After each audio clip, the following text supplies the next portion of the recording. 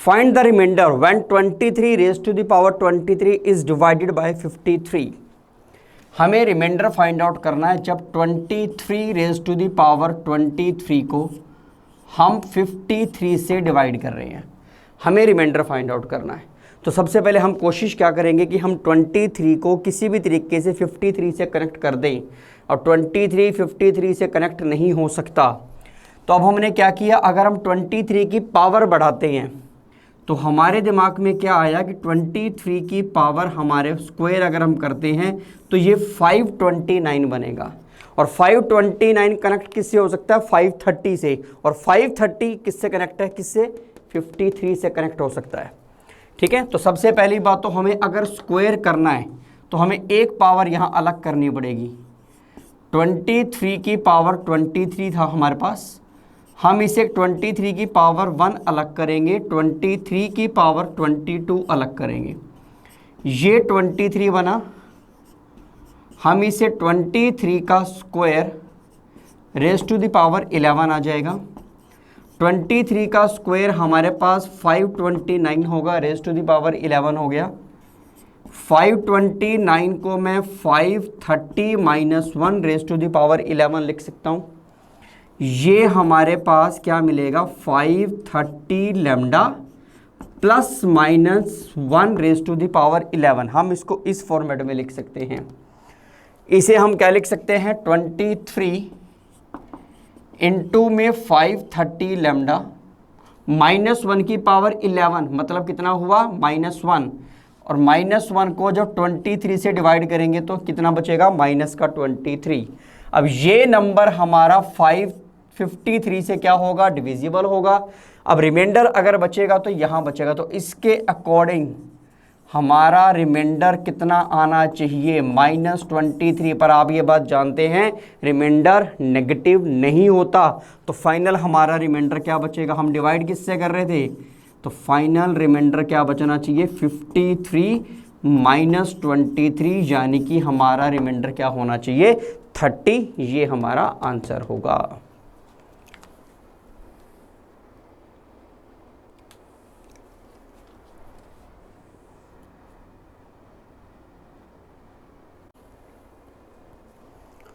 Find the numerically greatest term.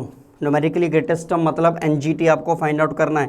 In the expansion 2 + 3x raise to the power 9, 2 + 3x raise to the power 9 when x is equal to 3/2। हमने NGT का formula क्या पढ़ा हुआ है, r less than equal to n+1 by में a + x का mod +1।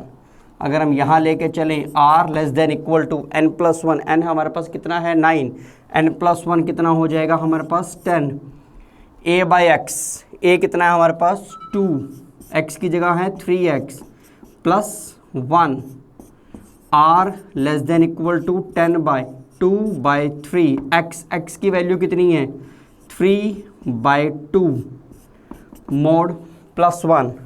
तो यहाँ से मुझे मिलेगा r less than equal to, LCM लेंगे यहाँ पे 9 चला जाएगा ऊपर, क्या मिलेगा 90/13, मतलब r less than equal to 6 point something आ जाएगा हमारे पास। तो इससे छोटा r होना चाहिए, मतलब r हम क्या लेके चलेंगे 6, r हमारे पास 6 आ गया। r 6 आने का मतलब जो हमारे पास 7th टर्म है वो हमारे पास ग्रेटेस्ट टर्म होगी, मतलब हमें 7th टर्म फाइंड आउट करनी है। ठीक है, अब हम जनरल टर्म का फॉर्मूला जानते हैं, TR+1 किसके इक्वल होता है, NCR a to the power n minus r x raise to the power r। हमें 7th टर्म चाहिए, मतलब r को हम क्या पुट करेंगे, यहाँ पे 6 पुट करेंगे। r को 6 पुट करेंगे तो क्या मिलेगा, 7th टर्म हमारे पास कितनी होगी, ठीक है, NCR का मतलब हुआ 9, C R हमारे पास है 6, N हमारे पास कितना है 9, C R हमारे पास है 6, A की जगह कितना 2 raise to the power n minus r मतलब 3, और 3x raise to the power r हमारे पास कितना है 6। ये मिलेगा 9C, 6 को मैं 9C3 लिख सकता हूँ, ये बनेगा 2 cube, 3 raise to the power 6 हो जाएगा। x हमारे पास कितना था 3/2 रेज टू द पावर 6 हो जाएगा।9c3 को अगर हम सॉल्व करते हैं तो 9 इंटू 8 इंटू 7 बाय में कितना आएगा 3 इंटू 2 इंटू 1, ये बनेगा हमारे पास 2 cube 3 raise to the power 6, यहाँ 3 raise to the power 6 by में 2 रेज टू द पावर 6 है। 2 क्यूब 2 6 से कटेंगे तो यहाँ पे 2 क्यूब बचेगा। 2 क्यूब 8 कैंसिल हो जाएगा, यहाँ से हम 3 कैंसिल करेंगे, यहाँ पे 3 हो जाएगा, तो क्या बचेगा फाइनली ये 3 इंटू में 3 raise to the power 12 into में 7, एक 3 यहाँ से बचा, ये 3 रेज टू द पावर 12 होगा इंटू में 7/2, यानी कि 7 इंटू में 3 रेज टू द पावर 13/2, ये हमारा आंसर होगा।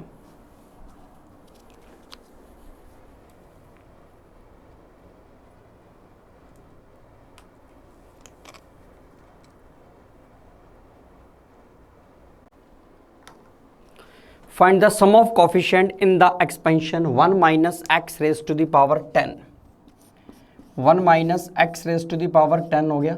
यहाँ पे जो हमारे पास मैक्सिमम x की पावर आ सकती है इस एक्सपेंशन में वो कितनी आ सकती है 10 आ सकती है, और मिनिमम x की पावर हमारे पास आएगी 0। तो मैं इस एक्सपेंशन को इस तरीके से लिख सकता हूँ a0 plus a1x plus a2x square plus में a10 x raise to the power 10। अब हमें चाहिए क्या, हमें कोफिशिएंट का सम चाहिए। कोफिशिएंट का सम मतलब मुझे a0 plus a1 plus a2 कहाँ तक a10 तक, मुझे इन सब का मुझे सम चाहिए। तो हम क्या करेंगे, सिंपली इस इक्वेशन में दोनों तरफ हम x को क्या पुट कर देंगे 1 पुट कर देंगे। अगर हम यहाँ x को 1 पुट करते हैं तो ये मेरे पास क्या मिलेगा 0, यहाँ x को 1 पुट करते हैं क्या मिलेगा a0 plus a1 plus a2 कहाँ तक चलना पड़ेगा a10 तक। तो कोफिशिएंट का सम हमारे पास कितना आया 0, ये हमारा आंसर होगा।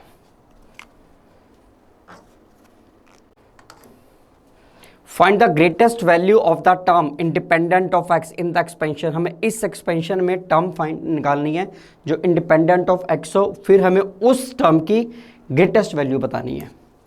तो ये हमारे पास सबसे पहले हम इंडिपेंडेंट ऑफ x के बारे में बात करेंगे, ठीक है।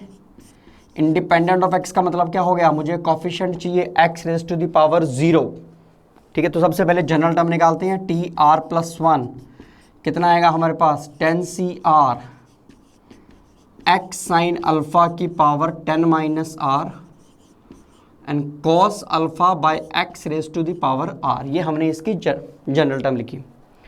ये हमारे पास बनेगा 10cr x raise to the power 10 minus r sine alpha raise to the power 10 minus r into में cos alpha raise to the power r and x raise to the power minus r हो जाएगा। ये बनेगा 10cr sine alpha raise to the power 10 minus r cos alpha raise to the power r and x raise to the power हो जाएगा 10 minus में 2r, जब इन दोनों powers को हम लोग ऐड कर देंगे। पर हमें चाहिए इंडिपेंडेंट ऑफ x मतलब x raise to the power 0। तो 10 माइनस में 2r को हम किससे कंपेयर करेंगे 0 से, यहाँ से r हमारे पास कितना आ जाएगा 5। जब हम r को 5 पुट करेंगे तो क्या मिलेगा 10c5 sine alpha raise to the power 5 cos alpha raise to the power 5, ये हमारे पास बनेगा। पर हमें चाहिए इसकी मैक्सिमम ग्रेटेस्ट वैल्यू, ये हमारे पास बना 10c5।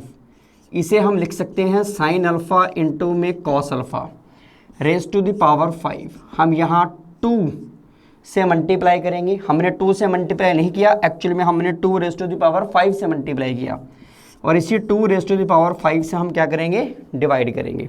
उससे क्या होगा, ये हमारे पास अब क्या मिलेगा 10c5 2 sine alpha cos alpha. आप जानते हैं साइन 2 अल्फा का फॉर्मूला होता है, ये sine 2 alpha raise to the power 5 by में कितना आ गया 2 रेज टू द पावर 5। अब साइन 2 अल्फा की जो मैक्सिमम वैल्यू है, ग्रेटेस्ट वैल्यू है, वो साइन की ग्रेटेस्ट वैल्यू क्या होती है 1, क्योंकि साइन की वैल्यू हमेशा -1 से 1 के बीच में लाई करती है। तो मैं ग्रेटेस्ट वैल्यू की बात करूं तो sin 2 अल्फा की ग्रेटेस्ट वैल्यू क्या होगी 1। तो इस पूरे सिस्टम की जो ग्रेटेस्ट वैल्यू मुझे मिलेगी 10c5, ये 1 हो गया, 1/2 रेज़ टू द पावर 5। और 10c5 को हम ऐसे भी लिख सकते हैं इस ब्रैकेट में। तो ये हमारा आंसर होना चाहिए।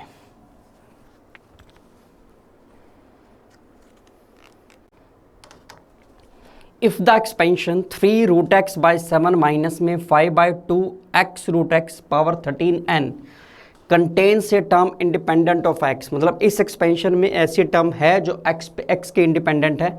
हमें बताना n किसका मल्टीपल होगा, 10, 5, 6, 4, ये हमारे पास ऑप्शन है। तो हमें सबसे पहले टर्म फाइंड आउट करनी है जो x के इंडिपेंडेंट हो, मतलब मुझे कोफिशिएंट चाहिए x raise to the power 0 का। ये हमारे पास एक्सपेंशन बनी। यहाँ हमारे पास x रूट एक्स है, उसको हमने x raise to the power 3/2 लिख लिया। तो सबसे पहले जनरल टर्म निकालते हैं। क्या फॉर्मूला बनेगा, TR+1 n की जगह आएगा 13n CR 3 root x by 7 raise to the power 13n minus r minus में 5/2 x raise to the power 3/2 raise to the power कितना आएगा r। ठीक है, तो हमें n के बारे में बात करनी है। ये बनेगा 13n CR 3/7 13n माइनस में r, यहाँ रूट एक्स है तो x raise to the power कितना हो जाएगा 13n माइनस में r/2। ये बनेगा हमारे पास -5/2 raise to the power r, और ये पावर जब ऊपर चली जाएगी तो x raise to the power कितना हो जाएगा माइनस में 3/2r। ठीक है, हमें x raise to the power 0 चाहिए। अगर मैं इस पावर को इकट्ठा करता हूँ तो 13n माइनस में r/2 माइनस में 3r/2, ये दोनों पावर को मैंने ऐड कर दिया x की पावर को। तो मुझे अब इसे किससे इक्वेट करना है, 0 से इक्वेट करना है। 2 एलसीएम लेके वहाँ चला जाएगा तो ये 13n माइनस में 4r इज इक्वल टू क्या हो जाएगा 0। यहाँ से आपके पास जो r आएगा वो कितना आएगा 13n/4। अब आपको पता r कभी भी फ्रैक्शन में नहीं हो सकता। ठीक है, r हमेशा पॉजिटिव इंटीजर होना चाहिए, 0 भी हो सकता है और पॉजिटिव इंटीजर 1, 2, 3, 4 ऐसे चलेगा।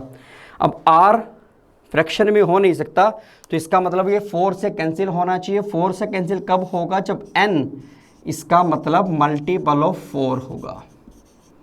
जब n मल्टीपल ऑफ 4 होगा तभी वो 4 से कैंसिल होगा, तभी r की वैल्यू हमारे पास इंटीजर में आएगी, फ्रैक्शन में नहीं आएगी। मतलब n हमारे पास मल्टीपल ऑफ 4 होना चाहिए।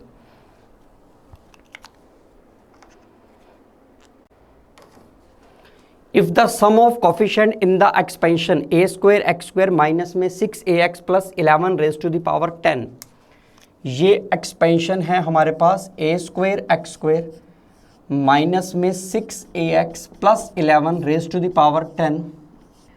सम ऑफ कोफिशिएंट्स हमें गिवन है 1024, हमें a फाइंड आउट करना है। ठीक है, अब यहाँ पे अगर हम इस एक्सपेंशन की बात करते हैं तो यहाँ पे मैक्सिमम पावर कितनी आएगी, पावर 10 है ना, यहाँ स्क्वायर है तो मैक्सिमम पावर कितनी आएगी यहाँ पे 20, और मिनिमम से मिनिमम पावर x की आएगी 0।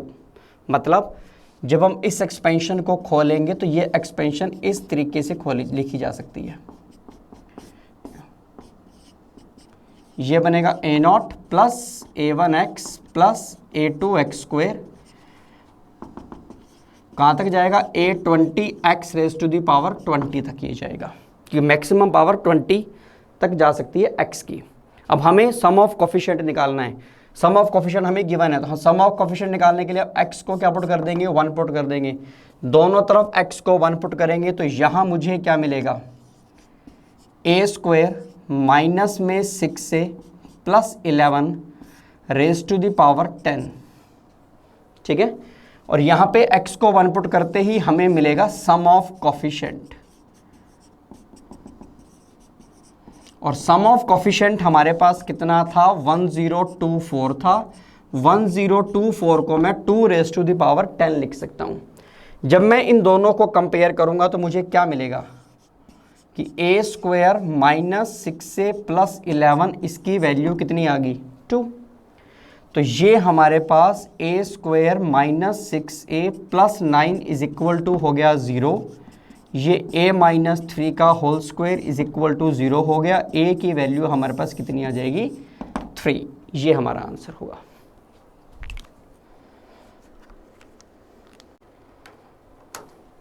If p is a real number and if the middle term in the expansion p by 2 plus 2 raised to the power 8 is 1120, हमें वैल्यू फाइंड आउट करनी है p की। ये एक्सपेंशन हमारे पास है p by 2 plus 2 raise to the power 8, इसकी middle term हमें गिवन है। तो पावर कितनी है 8, पावर 8 मतलब टोटल टर्म्स कितनी होंगी, टोटल टर्म्स हमारे पास होंगी 9। तो मिडल टर्म कौन सी होगी, मिडल टर्म कैसे निकालेंगे 9 प्लस 1 बाई 2 यानी कि फिफ्थ टर्म हमारे पास मिडल टर्म होगी। तो सबसे पहले हम निकालते हैं general term, t r plus 1 8CR p by 2 raise to the power 8 minus r 2 raise to the power r। हमें चाहिए फिफ्थ टर्म। फिफ्थ टर्म निकालने के लिए हम r को क्या पुट करेंगे 4, r को 4 पुट करेंगे तो क्या मिलेगा 8C4 p by 2 raise to the power 8 minus 4 यानी कि 4, और ये मिलेगा 2 रेज टू द पावर 4। और ये हमें किसके इक्वल गिवन है 1120 के इक्वल गिवन है। ठीक है, यहाँ से 2 की पावर 4 से 2 की पावर 4 कैंसिल हो जाएगा। 8C4 को अगर हम लोग सॉल्व करते हैं तो 8 इंटू 7 इंटू 6 इंटू 5 4 3 2 1, ये मिलेगा p की पावर 4, यहाँ हमारे पास आएगा 1120। ठीक है, इस 4 इंटू 8 कैंसिल हो जाएगा, ये हमारे पास 3 से इसे कैंसिल करते हैं 2 आ जाएगा। ठीक है, 10 से ये कैंसिल हो जाएगा हमारे पास। तो 7 इंटू में p raise to the power 4 this is equal to 112 p raise to the power 4, इसको 7 से डिवाइड करेंगे कितना आएगा 16 यानी कि 2 रेज टू द पावर 4 हो जाएगा। ठीक है, यहाँ से p की वैल्यू हमारे पास कितनी आएगी प्लस माइनस 2, क्योंकि 2 रेज टू द पावर 4 भी 16 होगा और minus 2 raise to the power 4 भी 16 होगा। तो p हमारे पास क्या हो सकता है प्लस माइनस 2, ये हमारा आंसर आना चाहिए।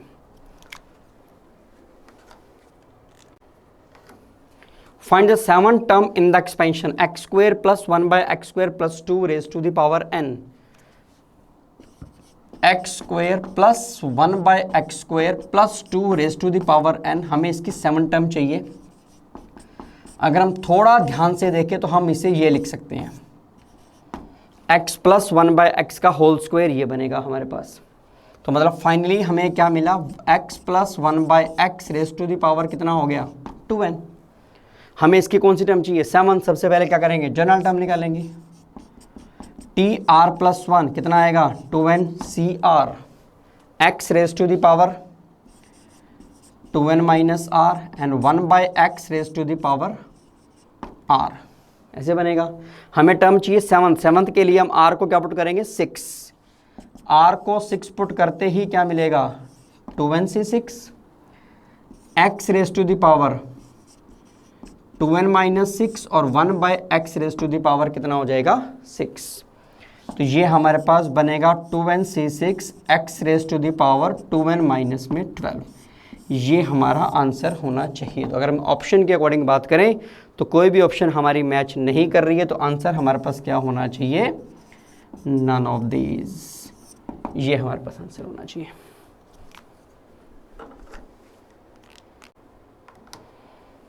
If in the expansion a minus 2b raised to the power n, the sum of fourth and fifth term is 0, then the value of a by b, हमें a by b की value find out करनी है।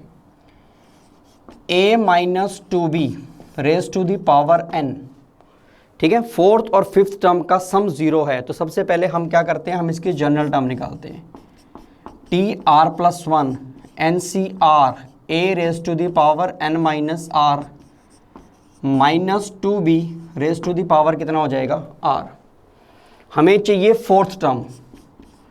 Fourth term निकालने के लिए हम क्या करेंगे, r को पुट करेंगे 3, r को 3 पुट करेंगे तो क्या मिलेगा NC3 a raise to the power n minus 3 minus 2b raise to the power 3। ठीक है, फिफ्थ NC3 सॉरी, क्लियर। हमें चाहिए फिफ्थ टर्म निकालने के लिए R को क्या पुट करेंगे हम लोग 4, R को 4 पुट करेंगे तो क्या मिलेगा NC4 A raise to the power n-4 and -2B raise to the power 4, clear. इन दोनों का सम हमें क्या मेंशन है T4 plus T5 is equal to 0, या मैं ये कह सकता हूं T4 is equal to minus में T5। अब T4 हमारे पास क्या है NC3 A raise to the power n-3 -2B cube, this is equal to negative में T5 NC4 A raise to the power -2B raise to the power 4। NC3 को अगर हम लोग सॉल्व करते हैं तो क्या मिलेगा n इंटू में n-1, 3 टुकड़े हो जाएंगे ना, n-2 डिवाइड में कितना आएगा 3 to 1, ये बनेगा A raise to the power n-3 -2 का क्यूब -8, साथ में आएगा B क्यूब, क्लियर। NC4 बाहर है negative, NC4 is n-1 n-2 n-3, bye में कितना आएगा 4 3 2 1, A raise to the power n-4, negative की पावर 4 करेंगे पॉजिटिव हो जाएगा, 2 की पावर 4 कितना आएगा 16, B की पावर 4। अब ये बचेगा क्या हमारे पास, क्या क्या कैंसिल हो जाएगा n-1 n-2, ये cancel, 3 to 1 3 to 1 cancel, A raise to the power n-3 यहाँ है, n-4 यहाँ है, यहाँ एक पावर ज़्यादा है तो कैंसिल करेंगे तो यहाँ एक पावर बचेगी, B क्यूब, B की पावर 4, यहाँ B की एक पावर बचेगी, नेगेटिव से नेगेटिव कैंसिल हो जाएगा, 8 से कैंसिल करेंगे 16 को तो यहाँ पे 2 बचेगा। तो फाइनली हमारे पास बचा क्या है, यहाँ मेरे पास क्या बचा, सीधा बचा मेरे पास A, बाकी सब हम कैंसिल कर चुके हैं। यहाँ मेरे पास क्या बचा, एक मेरे पास बचा n-3, एक हमारे पास बचा 2B और एक बाय में बचा 4। इस 2 से हम ये 4 पे कैंसिल करेंगे, यहाँ पे 2 बच जाएगा हमारे पास, तो ये हमारे पास बचेगा n-3 बाय 2 और ये बचा था हमारे पास यहाँ पे B एक। तो A बाय B हमें फाइंड आउट करना था, तो A बाय B किसके इक्वल आ गया n-3 बाय 2, ये हमारा आंसर आना चाहिए।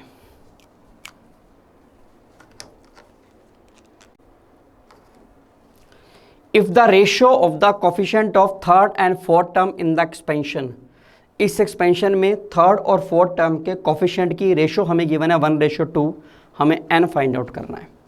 तो एक्सपेंशन हमारे पास है x माइनस में 1/2x raise to the power n, ठीक है। सबसे पहले जनरल टर्म निकालते हैं, TR+1 क्या बनेगा NCR x raise to the power n minus r minus 1/2x raise to the power r। हमें चाहिए थर्ड टर्म के लिए r को हम क्या पुट करेंगे 2, r को 2 पुट करेंगे तो क्या मिलेगा NC2। देखो कोफिशिएंट की बात कर रहा हूँ, कोफिशिएंट में x की टर्म काउंट नहीं होंगी तो डायरेक्ट हम कोफिशिएंट ही लिखते हैं, ठीक है। थर्ड टर्म के लिए r को 2 पुट करेंगे तो एक तो NC2 आएगा कोफिशिएंट में, एक ये बनेगा हमारे पास -1/2 रेज टू द पावर 2, ठीक है। ये हमारे पास थर्ड टर्म का कोफिशिएंट बना। और फोर्थ टर्म का कोफिशिएंट चाहिए, फोर्थ टर्म निकालने के लिए r को क्या पुट करेंगे हम लोग 3 पुट करेंगे तो क्या मिलेगा NC3 -1/2 raise to the power 3, clear. इनकी रेशो हमें क्या गिवन है 1:2, मतलब NC2 -1 का स्क्वायर -1/2 स्क्वायर, NC3 -1/2 क्यूब, ये रेशो हमें गिवन है 1/2। तो इसको जब कैंसिल करेंगे तो ये एक पावर बच जाएगी यहाँ पे, ठीक है। तो NC2 इज n-1 डिवाइडेड में आएगा 2 × 1, NC3 n-1 n-2 डिवाइड में कितना आएगा 3 to 1, ये 2 कहाँ चला जाएगा ऊपर, तो ये -2 बन जाएगा, किसके इक्वल है ये 1/2 के इक्वल है। n-1 कैंसिल, 2 × 1 कैंसिल, फाइनली ये भी ऊपर चला जाएगा, क्या मिलेगा -6/n-2, this is equal to कितना आ गया 1/2, -12 इज इक्वल टू n-2 आ गया, n की वैल्यू हमारे पास कितनी आ गई -10। ये हमारा आंसर होगा, डी ऑप्शन हमारे पास है -10।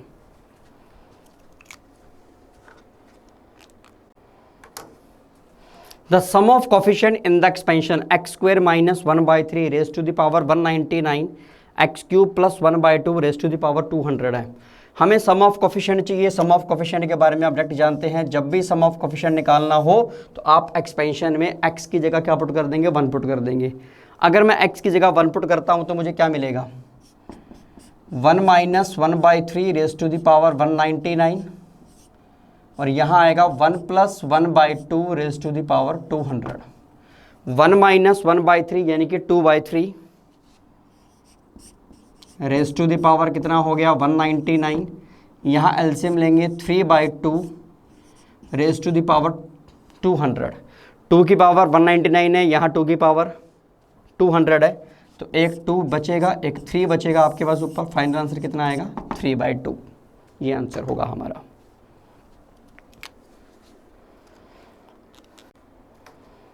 If a and b are coefficients of x raised to the power n in the expansion 1 + x raised to the power 2n and 1 + x raised to the power 2n - 1 respectively, 1 + x raised to the power 2n, इसमें मुझे coefficient of x raised to the power n चाहिए, उसको हमने नाम दिया a का।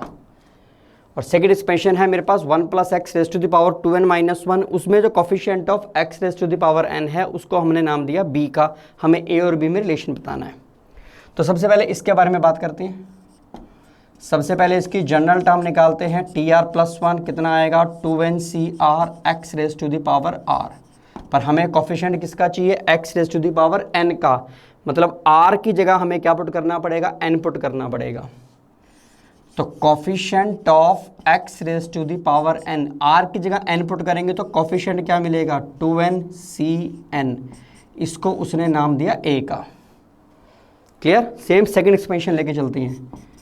1 + x raise to the power 2n - 1 है, जब यहाँ जनरल टर्म निकालेंगे तो वो 2n - 1cr x raise to the power कितना आ गया r। हमें कोफिशिएंट ऑफ x की पावर n चाहिए, तो सेम हमारे पास जो कोफिशिएंट बनेगा 2n - 1cn बनेगा, r को हमें n से रिप्लेस करना पड़ेगा। तो कोफिशिएंट ऑफ x की पावर n, दूसरा कोफिशिएंट कितना आया 2n - 1cn, उसको उसने नाम दिया b का। हमें a और b में रिलेशन फाइंड आउट करना है। हम क्या करते हैं a को b से डिवाइड करते हैं, हम a/b फाइंड आउट करते हैं। तो 2ncn इसको हम डिवाइड करेंगे 2n - 1cn से, ठीक है। 2ncn फॉर्मूला लगाएंगे, क्या मिलेगा 2n factorial by n factorial n factorial, ये बनेगा 2n - 1 फैक्टोरियल बाय 2n - 1 में से n माइनस करेंगे तो,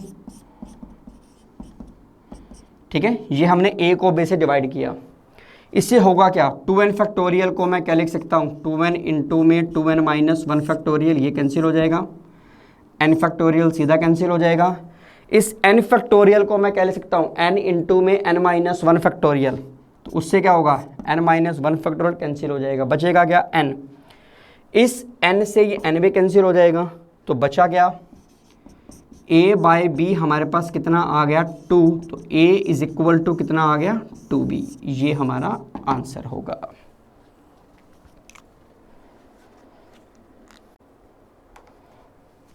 the coefficient of t raise to the power 24 in the expansion, हमें इस एक्सपेंशन में 1 + t² raise to the power 12, 1 + t raise to the power 12 and 1 + t raise to the power 24, हमें चाहिए क्या, हमें चाहिए coefficient of t raise to the power 24। सबसे पहले तो थोड़ा सा अगर हम ध्यान दें तो यहाँ हमारे पास होल पावर है, मतलब यहाँ मैं बाइनोमियल लगा सकता हूँ, ठीक है। यहाँ बाइनोमियल लगेगी, पहले मैं इन दोनों को मल्टीप्लाई करता हूँ, क्या मिलेगा देखो, ये 1 + t² raise to the power 12 हो गया, ये मिलेगा 1 plus t raise to the power 12 plus t raise to the power 24 plus t raise to the power 36 ऐसे मिलेगा। अब हमें इस पे बाइनोमियल खोलनी है, ठीक है। उसके बाद उसको हमने इससे क्या करना है, मल्टीप्लाई करना है। देखो जब मैं इसको सबसे मल्टीप्लाई करता हूँ तो क्या क्या मिलेगा, 1 plus t raise to the power t square power 12, 1 से मल्टीप्लाई किया मैंने, फिर मैं इससे मल्टीप्लाई कर रहा हूँ t raise to the power 12 into में 1 plus t square raise to the power 12 t raise to the power 24 ऐसे आ गया, प्लस में T raise to the power 36 1 plus t square raise to the power 12 ऐसे हो गया। अब हमें जो कोफिशिएंट चाहिए t raise to the power 24 का कोफिशिएंट चाहिए, तो यहाँ पे तो देखो बाहर t raise to the power 36 है, और जब मैं इसको अंदर मल्टीप्लाई करूंगा तो पावर 36 या उससे ज़्यादा ही आएगी। 24 इस एक्सपेंशन में पावर कभी भी नहीं आएगी, क्योंकि मैं मल्टीप्लाई किससे कर रहा हूँ, 36 से तो मल्टीप्लाई कर रहा हूँ, पावर 36 या उससे ज़्यादा हो जाएगी। तो यहाँ पे तो t raise to the power 24 नहीं आएगा, तो हम इसको छोड़ सकते हैं। यहाँ मुझे t raise to the power 24 चाहिए, ध्यान से समझना जरा।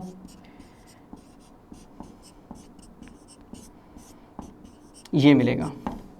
अच्छा यहाँ मुझे पूरे में T raise to the power 24 चाहिए, जबकि बाहर मेरे पास T raise to the power 12 है। तो इस एक्सपेंशन में मुझे टी की पावर कितनी चाहिए, 12 चाहिए, ताकि मैं उसको जब बाहर टी की पावर 12 से मल्टीप्लाई करूंगा तो मेरे पास टी की पावर कितनी बन जाएगी, 24 बन जाएगी। तो इस बात को मैं ऐसे लिखता हूं कि मुझे coefficient of t raise to the power 12 चाहिए इस एक्सपेंशन में इन,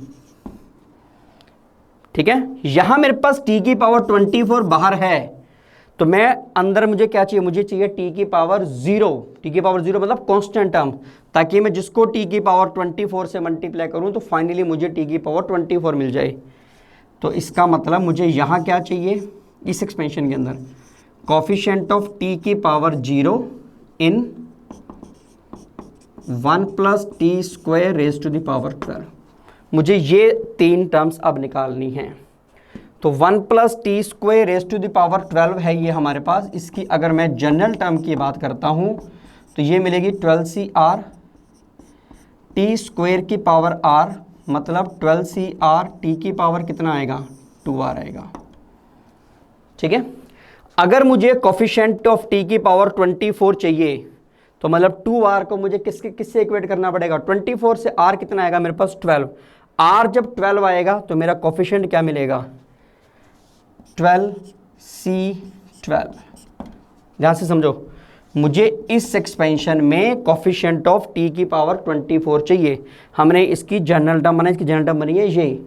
मुझे टी की पावर अगर 24 चाहिए तो मतलब मैं 2R को 24 से कंपेयर करूंगा, R मेरे पास कितना आ जाएगा वहाँ पे 12। R 12 आ गया तो कोफिशिएंट क्या मिलेगा, 12C12। तो इससे जो मुझे कोफिशिएंट मिला वो क्या मिला, 12C12। अब मुझे इस एक्सपेंशन में टी की पावर कितनी चाहिए, 12 चाहिए। जब मुझे टी की पावर 12 चाहिए तो मैं क्या करूंगा, 2R को किससे कंपेयर करूंगा, 12 से। तो R कितना आएगा मेरे पास 6, R 6, तो कोफिशिएंट क्या मिलेगा मेरे पास, 12C6। यहाँ मुझे टी की पावर 0 का कोफिशिएंट चाहिए था, मतलब 2R मेरे पास क्या हुआ 0, R 0 आएगा तो कोफिशिएंट क्या मिलेगा, 12C0। अब 12C12 आप जानते हैं 1 होगा, 12C0 आप जानते हैं 1 होगा, तो 1 + 1 2 प्लस 12C6, ये हमारा आंसर होगा। बहुत इंपॉर्टेंट क्वेश्चन है ये, ध्यान रखना, बहुत इंपॉर्टेंट क्वेश्चन है।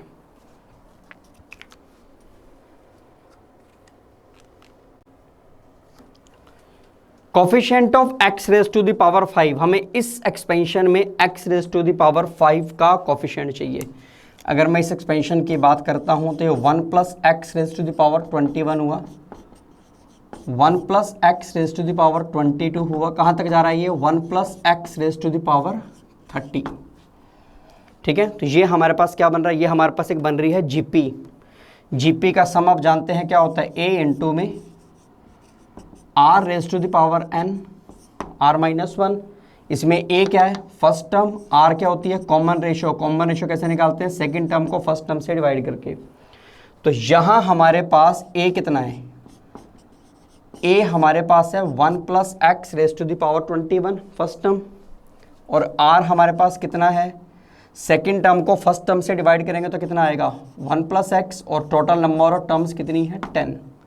तो अगर मैं इसका सम करना चाहूँ तो मुझे क्या मिलेगा, a 1 plus x raise to the power 21, r की पावर n, r था 1 प्लस एक्स की power 10 minus 1 plus x minus 1, ये कैंसिल हो जाएगा, क्या मिलेगा ये 1 प्लस एक्स की पावर 31 माइनस में, जब हम इसको 1 से मल्टीप्लाई करेंगे तो 1 प्लस एक्स की पावर 21 बाय में कितना आएगा x। हमें यहाँ coefficient of x raise to the power 5 चाहिए।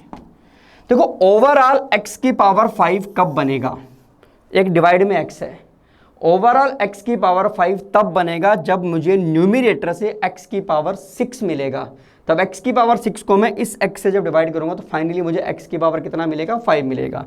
तो मैं इस बात को ऐसे लिख सकता हूं कि मुझे कॉफिशिएंट ऑफ x की पावर 6 चाहिए, कहां, न्यूमरेटर के अंदर। मैं इस बात को ऐसे लिख सकता हूं क्योंकि जब मैं ऊपर से x की पावर 6 लूंगा तो उसको जब डिनोमिनेटर वाले x से डिवाइड करूंगा तो फाइनली मुझे x की पावर क्या मिल जाएगा, 5 मिल जाएगा। तो मुझे यहाँ x की पावर 6 चाहिए, इसका मुझे कॉफिशिएंट चाहिए। तो सबसे पहले क्या करते हैं, जनरल टर्म निकालते हैं। 1 plus x raise to the power 31 है, जनरल टर्म क्या मिलेगी 31 CR, x raise to the power कितना आएगा r, ठीक है। हमें कॉफिशिएंट चाहिए x की पावर 6 का, तो r को क्या पुट करना पड़ेगा 6, मतलब कॉफिशिएंट क्या मिलेगा 31C6। सिमिलरली यहाँ कितना आएगा 21C6, तो 31C6 में से हम 21C6 को क्या कर देंगे, माइनस कर देंगे, ये हमारा आंसर होगा।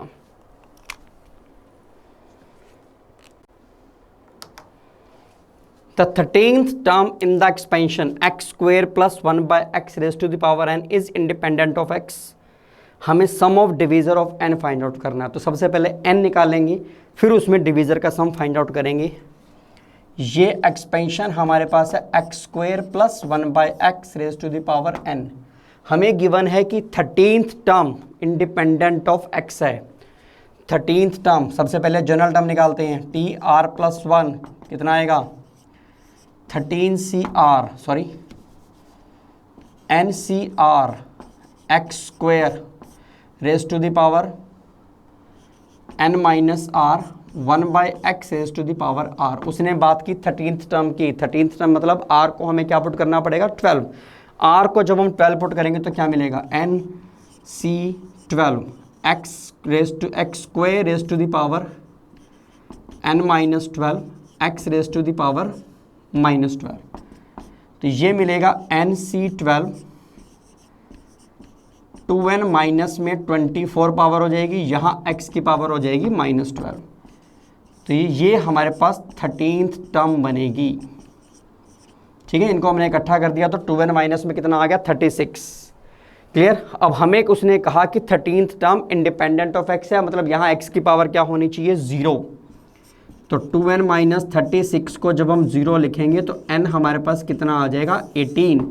अब n हमारे पास 18 आ गया तो हम सबसे पहले n में डिवाइज़र निकालेंगे, उसके बाद हम लोग उसका सम निकालेंगे। n 18 आ चुका है, अगर हम 18 के फैक्टर्स करते हैं तो क्या मिलेंगे 2 3 इंटू 3, मतलब 2 की पावर 1 इंटू में 3 स्क्वायर। हमें सम ऑफ डिवीज़र निकालना है। सम ऑफ डिवीज़र कैसे निकलेगा, 2 की पावर 1 को कैसे लिखेंगे 2 की पावर 0, 2 की पावर 1। ये कंसेप्ट हम लोग परमुटेशन कॉम्बिनेशन में पढ़ चुके हैं। 3 स्क्वायर को क्या लिखेंगे 3 की पावर 0 प्लस 3 की पावर 1 प्लस 3 की पावर 2, ये मिलेगा 2 प्लस 1 3। यहाँ कितना आएगा 9 plus 3 12, 12 plus 1 13। Final answer is 39, ये हमारा आंसर आना चाहिए, ठीक है। 9 12 प्लस 1 13, 13 इंटू में 3 39, ये हमारा आंसर बनना चाहिए।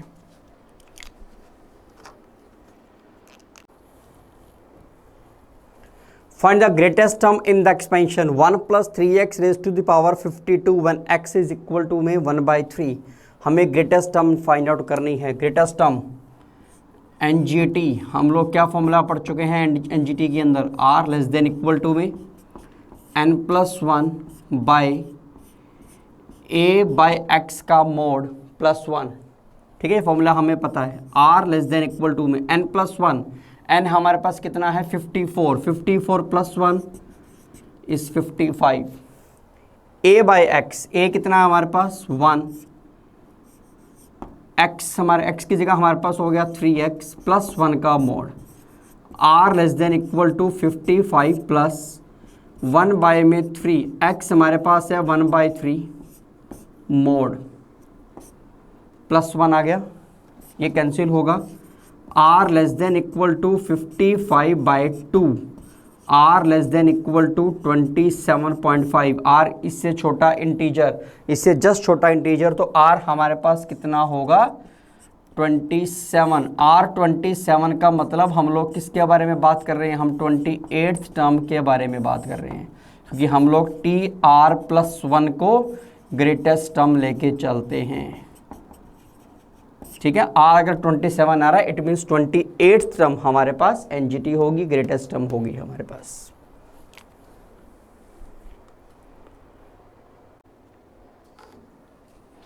The sum of coefficient in the binomial expansion x² + x - 3, x²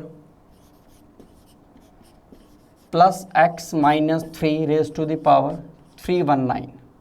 ठीक है, तो यहाँ जो मैक्सिमम पावर आएगी एक्सपेंशन के अंदर, पावर कितनी आएगी 638, और मिनिमम पावर कितनी आएगी x की पावर 0, यानी कि कांस्टेंट टर्म आएगी। तो हम इस एक्सपेंशन को ऐसे लिख सकते हैं a0 + a1x + a2x², कहाँ तक चलेगा a638, x raise to the power 638 बनेगा ये हमारे पास। हमें कोफिशिएंट का सम चाहिए, तो कोफिशिएंट का सम निकालने के लिए डायरेक्ट हम लोग क्या करेंगे, x को क्या पुट कर देंगे 1। अगर हम यहाँ x को 1 पुट करते हैं तो 1 + 1 2, 2 माइनस में 3, -1 की पावर 319। यहाँ मिलेगा a0 प्लस में a1 + a2 और a638 तक। कोफिशिएंट का सम -1 की पावर ऑड, -1 की पावर ऑड यानी कि -1, ये हमारा आंसर होना चाहिए।